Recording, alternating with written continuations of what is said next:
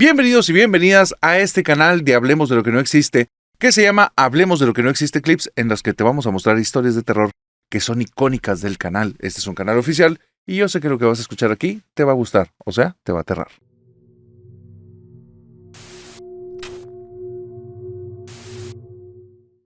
Hay una situación de lo que acabas de mencionar que a mí me llama mucho la atención.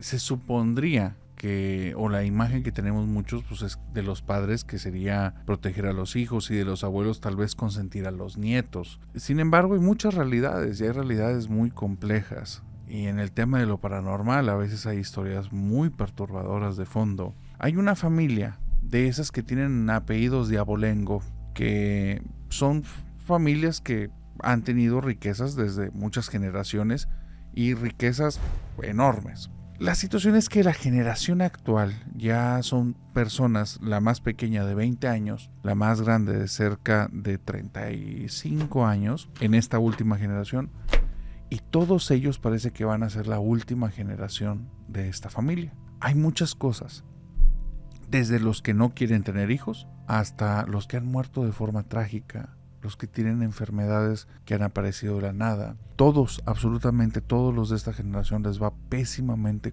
de forma económica, pero es muy extraño, porque pensarías, bueno, estás hablando de un grupo de personas que probablemente no les costó nada esa fortuna y no saben valorar y no saben trabajar, pero no, dentro de ellos hay personas que son eruditos, son personas sumamente inteligentes, que se han esforzado mucho, mínimo en los campos de estudio, y que se han dedicado por completo, pero pareciera que la suerte ya fue tirada para ellos y salió en un total desastre para el resto de su vida. Nada les funciona, todo sale mal, y lo que quedaba de la herencia todos lo han ido perdiendo, pero no por malversaciones, por malos usos, fraudes, robos, situaciones que vienen desde el pasado y terminan afectando aquí. No podemos dar muchos detalles por el tipo de situación, pero la situación es que ya llegó el punto, la crisis familiar, en la que ellos, entre broma y broma, hablan de una maldición. Y si estamos malditos, o sea, no puede ser que ya no vaya a haber más hijos, porque parece que va para allá las cosas. No puede ser que aquí se acabe el apellido, y no puede ser que nos esté yendo tan mal. O sea, no somos tan tontos. Y han intentado desde las cosas más simples hasta las cosas más complejas, y por una u otra razón se caen. Inclusive las personas con las que han querido hacer tratos les dicen: oigan, váyanse, háganse una limpia, porque esto no es normal, nunca nos había pasado. Detalles que no es necesario mencionar aquí. El punto es este: la crisis llegó a tal grado que empezaron a vender propiedades. Y fue un ya deshazte de eso, o sea, ya no hay dinero, ya no nos podemos solventar, no tenemos trabajo prácticamente ninguno, y los que tienen trabajo están en cosas muy paupérrimas que no les permite no mantener el estilo de vida, no, vivir con el mínimo. También hay que entender que al tener las propiedades ellos tienen que tener cierto nivel de pagos para poderlas mantener, y eso ya no se puede, empiezan a vender. Y hay una propiedad en especial que todos están de acuerdo en vender, por algo que no entienden, es como si fuera algo intuitivo. La casa del bisabuelo o del tatarabuelo. Son 5 generaciones para atrás. Fue la primera casa que se compró y es un casorronononón en una zona muy bonita de la ciudad. Ya la casa está antigua, se ve que no tiene mucho mantenimiento, pero todavía vive algunos familiares dentro de la casa. Ya platicaron y están de acuerdo en hacer la venta. Pero para poderla vender en un buen costo, hay que intentarla remodelar. Hay que intentarle dar ahí su manita de gato. Así es que la persona que me mandó esta historia fue el encargado de hacer la remodelación. Y dice: yo me metí queriendo ganar obviamente algo de dinero, pero también mi parte nostálgica decía así como que conoce algo de tu historia, conoce algo del pasado de tu familia. Pues la verdad es que no conozco nada. Con mi papá y mi mamá nunca he tenido gran relación, nunca hemos hablado mucho de la familia, y fuera de algunos primos yo no conozco a nadie. No sé nada del pasado de mi familia, no sé de dónde viene, no sé dónde generaron la fortuna. Simplemente yo nací en esto, crecí en esto y se acabó. Si es que para mí era algo nostálgico. Si nos vamos a despedir de esto, a ver si me encuentro vestigios del pasado. Y sí los encontré, sí los encontré. Estábamos haciendo remodelaciones en varias partes. Tengo un grupo de 4 personas que estamos haciendo los cambios en la casa. De repente hay zonas que están con demasiados acabados de madera real, en mal estado, pero de madera real, cosas que ya al día de hoy no ves. Hoy ves tapices, hoy ves cosas que parecen madera. Esto era madera de hace muchísimo tiempo. Cuando quitamos parte de esta madera en uno de los cuartos, apareció un álbum de fotos que estaba ahí escondido. Y en el álbum de fotos aparecía una persona que yo jamás había visto, un anciano, vestido con cosas así como rituales y con muchos símbolos que yo, que soy un ignorante, diría que son satánicos. ¿Por qué? Porque esas cosas no se veían bonitas ni buenas, se veían raras y con un montón de personas muy macabras, y en todas las fotografías en las que se están viendo ahí parece que son cuestiones como rituales. No son personas sonriendo y saludándose, son personas con un rostro como muy enfocado, con una mirada que te come. A mí me puso los pelos de punta y dije, ¿qué es esto? ¿Quién es esta persona y por qué estas cosas están escondidas aquí? Me puse a indagar. Resulta que él es el que inició la fortuna. Es el tatarabuelo, el de la quinta generación para atrás, que yo no sabía, pero él tenía un hermano que era un sacerdote y una hermana que era una monja, y él los odiaba, no los soportaba, y había historias de cómo se peleaban en público y las personas daban habladurías porque decían que este era un tipo malo. Yo no sabía nada de eso. Bueno, este tipo, yo no sé en qué estaba metido, pero conforme fuimos avanzando en la casa, nos fuimos encontrando puras cosas escondidas. Él había hecho esta casa, parece que pensando en cosas de sus creencias, y había símbolos escondidos, había anillos, nos encontramos pulseras, nos encontramos pergaminos, los abrimos porque yo no conozco de este tema a detalle. Para mí simplemente me sentí Indiana Jones encontrando como vestigios del pasado. Entonces abríamos los pergaminos y tenían círculos con símbolos y me daban miedo. Dije, ¿qué estaba metido este señor? O sea, parece como si todo el trasfondo de él tuviera que ver con magia, ocultismo y cosas así. Así es que comencé a preguntar a la familia. Y de repente, durante todo un año, mientras seguíamos con todas esas reparaciones de la casa, que todo salía mal, todo lo que intentamos hacer en esa casa, si poníamos otra fachada, se caía la fachada, se podría la fachada, si comprábamos material al día siguiente, si era material que era para pegarse, amanecía seco.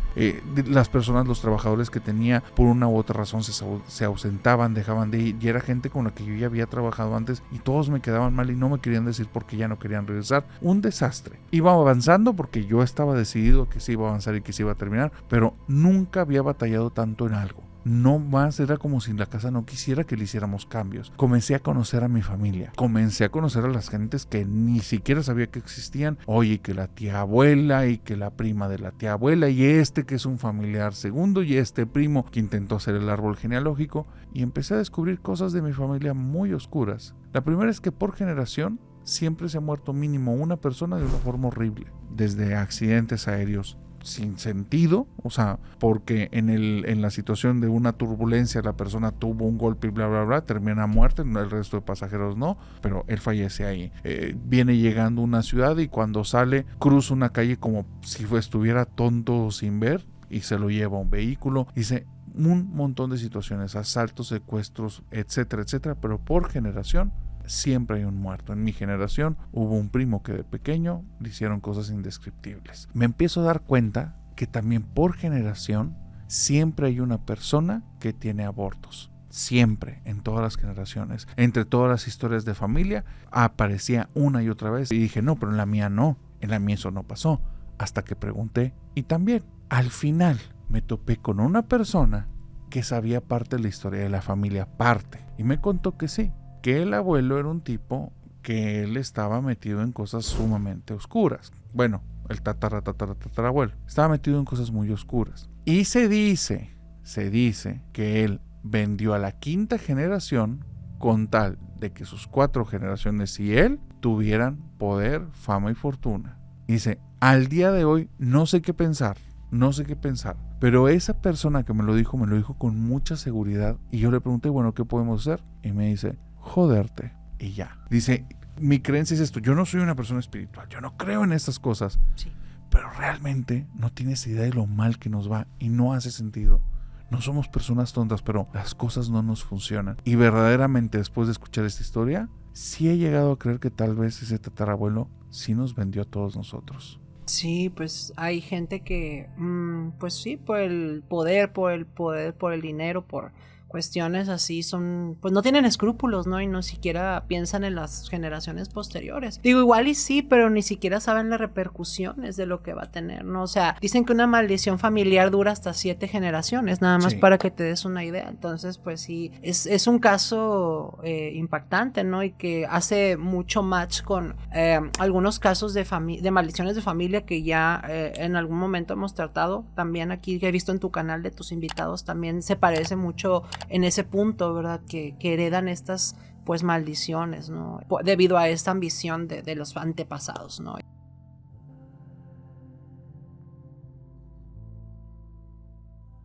Y siguiendo este ritmo de historias que me hacen perder un poco la fe en la humanidad, quiero contarte la historia de Carla. Carla prácticamente me mandó una confesión.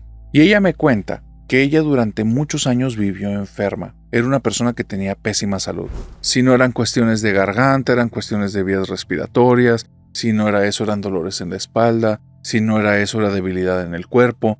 Anemia tras anemia tras anemia. Y no importaba la cantidad de tratamientos, alimentación, estilo de vida que llevara, ella de plano en ningún momento se sentía bien. Y entonces empezó a tener temporadas en las que tenía mucho tiempo libre en casa. Y fue ahí donde descubrió que el tema de lo oculto le llamaba mucho la atención. Empezó a sentirse especial, empezó a sentir como un llamado, como si algo la trajera especialmente. Y no sabe por qué, porque aunque lo veía y no le llamaba la atención, en su corazón sí le llamaba la atención. Y quería. Las cartas del tarot le llamaban, era como si le hablaran. Y entonces, como esto pasó hace apenas 4 años, vio algún artículo online, lo compró, le llegó a su casa, y estando ahí, desde que agarró el mazo y empezó a ver los instructivos, se dio cuenta que no quería leer nada, que había algo que le nacía. Empezó a barajear las cartas, las movía de cierta manera, y entonces, cuando estaba la chica que ayudaba en su casa para hacer la limpieza, le dijo que si le permitía leerle la suerte. Sacó las cartas, le pidió que pusiera su mano arriba de las cartas, le pidió que barajeara las cartas, que se las volviera a dar, y después le dijo, ¿sabes qué? Por favor, soplen las cartas. ¿Por qué? Era algo que le nació. Le sopló a la chica las cartas, ella las tomó, las puso sobre la mesa, esparció el mazo y le dijo a la chica que por favor tomara 3 cartas. La chica toma 3 cartas, entonces ella las agarra, las pone al centro, las voltea y dice, no recuerdo las figuras. No las recuerdo todas. Sé que en una estaba un diablo. Y las cosas que me nacieron decirle no eran cosas buenas. Y ¿sabes qué, narrador? En menos de una semana pasaron todas. Pero había un problema. Aunque a mí eso me dio miedo, estuvo muy extraño. Pero durante toda esa semana, después de haberle leído las cartas, yo no traía dolores. No me sentía mal. Me sentía con más energía que nunca. Recobré el apetito. Me veía con un mejor color de piel. Entonces, a la semana siguiente, solo por probar, invité a una amiga que tenía mucho tiempo sin ver, que ella sí estaba ocupada en cuestiones de estudio. Yo me había tomado un semestre de baja porque de plano no estaba en condiciones. Viene esta chica a la casa, hago lo mismo, pero ahora le pido algo diferente.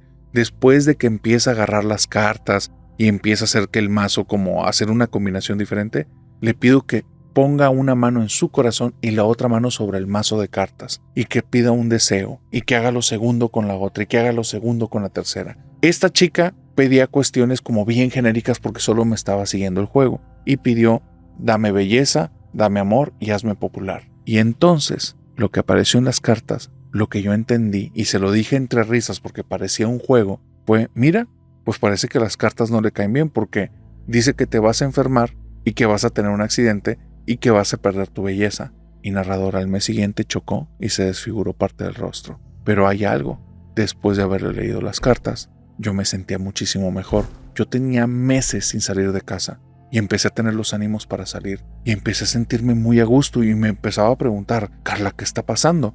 O sea, ¿es por lo que estás diciendo? ¿Es por el impacto de estas situaciones? Pero no, los accidentes venían después. Esto era ahí, era después de leerlas que me sentía tan bien. No eran las ideas, era algo. Cuando tuve una tercera persona, yo lo noté. Después de que leía las cartas, esa persona tenía menos energía y yo tenía más energía. Así es que le hablé al día siguiente y la persona se sentía enferma, yo me sentía bien. Y no me siento tan orgullosa de decirlo, pero comencé a hacer esto bastante más seguido. Me empecé a sentir cada vez mejor. Me sentía con autoestima, me sentía inteligente, con la mente muy ágil. Me sentía una persona que podía tener casi cualquier tipo de conversación, pero por sobre todo eso me sentía poderosa. Sentía que tenía un poder. Empecé a leer las cartas a personas que me empezaban a dar mala espina, que me caían mal, que yo sabía que era la persona que no le caía bien a un amigo, y toda la gente que quería, le dejé de leer las cartas, porque en más de 10 veces que tiré el mazo, jamás me salió algo bueno. Siempre eran tragedias y se terminaban cumpliendo. Las personas, como no eran de los mismos círculos, nunca se pasaron la voz, y como esas tragedias les daba vergüenza, yo creo que nunca revelaron la verdad, porque a la fecha de vez en cuando me pongo a tirar el mazo cada vez que alguien me cae mal, y cada vez que me siento muy débil, intento siempre y le ruego a Dios que no me vaya a salir la carta de la muerte, porque aunque dicen que es cambio, yo creo que conmigo va a ser literal.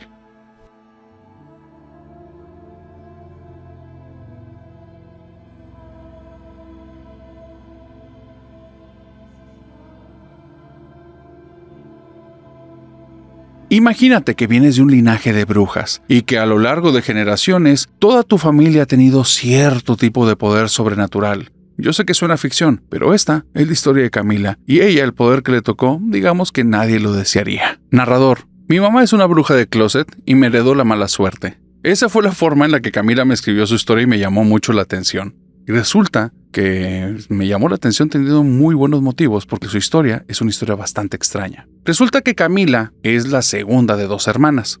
Su hermana mayor se llama Daniela, y desde que ellas estaban pequeñas se dieron cuenta que su casa no era una casa normal, especialmente por su mamá. Tenía cierta forma de hacer las cosas que, digamos que desentonaba del resto de personas. Su mamá, es bueno saberlo, era una persona muy amorosa, muy cariñosa con ellas, muy cercana, pero muy formal en ciertos temas. Temas que tuvieran que ver con cuestiones espirituales, con la muerte. No era una persona que se pudiera darte cátedras, solo que era un tema que, digamos que ella le mantenía mucho respeto. En la casa de Camila y de Daniela no había una religión específica. No era una familia que estuviera determinada a creer en cierto marco de creencias. La mamá nunca hablaba de ese tema. Pero había momentos que ellas se daban cuenta que ella hacía cosas raras. No malas, simplemente raras. De repente, cuando ellas llegaban de clases, en más de una ocasión, se dieron cuenta que ella estaba pasando con algún tipo de artilugio extraño alargado que aventaba humo e iba caminando por la casa, y parecía que estaba tan metida en eso que no se dio cuenta que las niñas llegaron a la casa. Cuando las veía, entonces rápidamente escondía las cosas que estaba utilizando, apagaba ese fueguito, ese humo, y después llegaba a hablar con ellas como si nada hubiera ocurrido. Notaban que en muchas ocasiones, cuando ellas salían de casa, mamá dejaba limones con un vaso con mucha agua, pero también hacía cosas raras. En algunas ocasiones recuerdan mucho que mamá era como muy obsesiva en que fueran a algún río, pero era, una obsesión de ir a ese río, y simplemente llegaba, las tomaba y le pedía al esposo que le ayudaba. Metían a las niñas al río, las dejaban unos minutos, las sacaban, y después de eso parecía que ya no tenía ninguna obsesión con el lugar. Y eso era raro, no era tanto ir a divertirse y nada de eso. Ya después, pues lo que quisieran hacer ellas estaba bien, y a veces hasta la mamá se ponía impaciente, porque era como: ya pasamos mucho tiempo aquí, vámonos, cuando había sido la única que estuvo toda la semana con la idea. Mamá era una persona extraña, me dice Camila. Y durante muchos años, tal vez hasta después de mi adolescencia, entendí qué era lo que pasaba. Pero lo entendí de una forma, narrador, que, digamos, tal vez no fue la más conveniente. Lo primero que nos ocurrió a mí y a mi hermana, que nos hizo darnos cuenta de esta realidad rara de la familia, aparte del comportamiento de mamá, fue un Día de Muertos. En un Día de Muertos, mamá y papá se habían adelantado al panteón, iban a hacer visita a un hermano de mamá que había fallecido unos años atrás. Yo quedé que me iba a ir con Daniela para allá, para el panteón, nosotros los alcanzábamos. Para entonces Daniela ya trabajaba, y es ahí cuando Daniela me dice: oye, no tengo dinero para pagar el taxi, entonces no hay forma de llegar al panteón. Ay, me quedé como un poquito triste y le dije: bueno, pues ya cuando llegue mamá nos disculpamos. Y entonces ella me dice: no, espérame, déjame buscar algo a ver si encuentro la forma de irnos. Mi hermana, Daniela, se mete en su cuarto, se queda un ratito ahí, sale y me dice: espérame. Se va al patio, regresa y dice: mira, traigo dinero, vámonos. A mí se me hizo muy extraño. ¿De dónde lo sacaste? ¿Por qué en el patio? No le pregunté. Nos subimos un taxi. Mi hermana me lleva 5 años, entonces ella, digamos que le dejé toda la parte en la que ella traía el dinero, entonces ella le tocaba. Después me quedé pensando que fue muy extraño que cuando llegamos, digamos que nos cobró 25 pesos, y eran los 25 pesos que llevaba ella. Era un monto exacto. Le pregunté ahí ¿qué pasaba? ¿Cómo le hizo con lo del dinero? ¿Por qué? ¿Qué fue lo del patio? Y me dijo que luego me contaba. Y me contó, pero mucho después. Ese día que llegamos al panteón, pasó algo muy extraño que a las dos nos asustó mucho. Resulta que cuando llegamos a la tumba de mi tío, es la tercera vez que estábamos ahí, es el tercer año que lo íbamos a visitar, y ya para entonces había cierta costumbre que en el primer año resultó ser una novedad, pero para el segundo se repitió y en esta ya lo esperábamos. En la tumba de al lado de la de mi tío, 2 señores mayores iban justo en ese día, y nos los habíamos topado los 2 años anteriores, que iban a rezarle a algún familiar, yo no sabía quién. Ese año en especial me resultó un poquito extraño, porque cuando llegamos a la tumba, como íbamos tarde, yo sabía que iban a estar ahí los señores. Llegué y no estaban, y entonces dije, bueno, tal vez ya vinieron o van a venir después. Entonces volteo y en una banca veo al señor, pero lo veo como que un poquito acongojado y triste. Voy con mi hermana y le digo, oye, se me hace que falleció a la señora. Y me dice, ¿por qué? Dice, ahí está el señor en la banca. Voltea a mi hermana y voltea muy asustada conmigo y me dice, volteate para acá, no lo voltees a ver. Yo no entendí por qué esa reacción de mi hermana. Como a los 10 minutos llega la señora toda vestida de luto. Mis papás la saludan y le dicen como no nos diga. Y dice, sí, pues falleció mi esposo a mitad de año. Y entonces saca una foto del esposo, el señor que yo estaba viendo sentado en la banca de atrás y mi hermana también. Y entonces la pone sobre la tumba. Y yo estoy pensando que es alguna especie de broma media macabra que nos están jugando. Cuando mi hermana dice, no voltees, yo le digo, ¿por qué? Es que no tiene pies el señor de la banca. Y en verdad, no tenía pies. Era el fantasma del esposo de esa señora. Las dos nos quedamos impactadas, narrador. Cuando regresamos a la casa, le insistí a mi hermana que me dijera lo del dinero, no me quería decir. Y ya después me dijo que a veces, cuando ella se ponía a rezar, no a alguien, simplemente decía, por favor, ayúdenme, tengo esta necesidad, las cosas pasaban. Ese día lo hizo sin saber qué iba a pasar y escuchó monedas que caían en el patio. Cuando salió al patio, en una zona, estaban todas las monedas tiradas ahí y fueron las monedas que utilizamos para llegar al panteón. Mi hermana dice que al día de hoy le siguen pasando cosas de ese tipo. Pero narrador, yo te dije desde el inicio que mi mamá es bruja de closet. Y eso tiene que ver porque poco a poco, conforme fui creciendo, me di cuenta que ella, los rituales que hacía eran muchas cosas relacionadas como con limpiar energías y así. Pero mamá hacía cosas en las que no ocupaba rituales. Había personas que se sentían mal y ellas, con ponerles la mano arriba, las personas se sentían mucho mejor. Y no era como que les diera consuelo. O sea, te estoy hablando de personas que fuimos a visitar al hospital y mi mamá, sin decirles nada, sin que se dieran cuenta, iba y les agarraba el piecito como dándole ánimos, pero yo la veía y estaba balbuceando cositas en lo bajo. Pasaba desapercibida, pero yo la fui notando. Yo digo que mi mamá era bruja. Y también te dije, narrador, que lamentablemente ella me heredó la mala suerte. Porque me pasó, después de ese evento del cementerio y de haber visto ese señor y de las monedas, yo empecé a pedir que por favor llegaran a mí los poderes que tenían mi mamá y mi hermana. Yo decía, ¿por qué nada más ellas? Y empezaba a pedir todos los días. Cuando cumplí 15 años, en esa temporada, no me acuerdo si fueron unos días antes, unos días después, pasó algo que hasta el día de hoy me sigo arrepintiendo porque sigue pasando. Estaba en mi habitación, estaba haciendo una de esas peticiones y escucho como algo golpeó la ventana tan fuerte que la ventana se estrelló. Volteo, la ventana está estrellada, salgo al patio y hay un cuerpo tirado. A partir de ese día, narrador, toda mi familia, incluyéndome, tuvo muy mala suerte durante una temporada medianamente larga, como 6 meses. Mi papá se queda sin trabajo. Mi mamá, cada vez que hace eso de tocar personas, se empieza a sentir muy mal y empieza a dejar de hacerlo. Mi hermana, por alguna extraña razón, le empieza a ir muy mal también en el trabajo y la terminan despidiendo. Consigue otro trabajo y es un trabajo que le pagan muy poco, las personas la tratan muy mal y yo empiezo a desarrollar continuamente como que enfermedades gástricas. Voy con uno y otro doctor, me recetan pastillas como para los síntomas, pero yo sigo con problemas. Después de 6 meses, mi mamá trajo un par de amigas, por eso sé que es bruja de closet y no nos dice, y hicieron cosas en la casa que no nos invitaron, ellas estaban solas y fue un día que estuvieron nada más, pero después de eso todo regresó a la normalidad. De ahí se volvió a obsesionar con llevarnos al río y que entráramos y ahí empecé a entender los patrones de mamá. Estaba metida con cosas de este rollo de energías. Yo esperaba que lo del cuervo hubiera sido nada más como un caso como fortuito, simplemente pasó.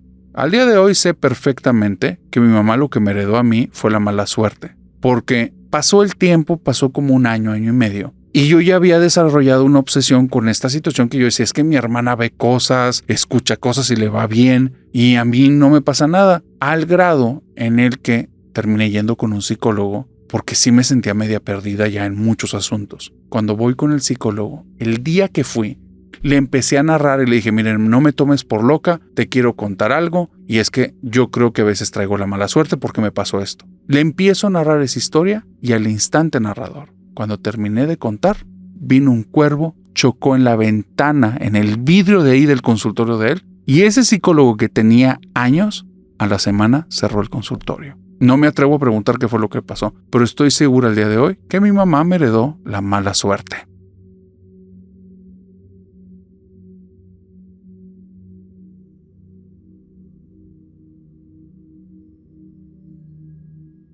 Y con esta historia, mi querida familia nocturna, hemos llegado al final de este clip. Pero recuerda que si te gustan las historias de terror, ya encontraste tu tribu. Ahora sí, de aquí hasta que nos veamos en el siguiente clip, te deseo que tengas dulces pesadillas. Bye bye.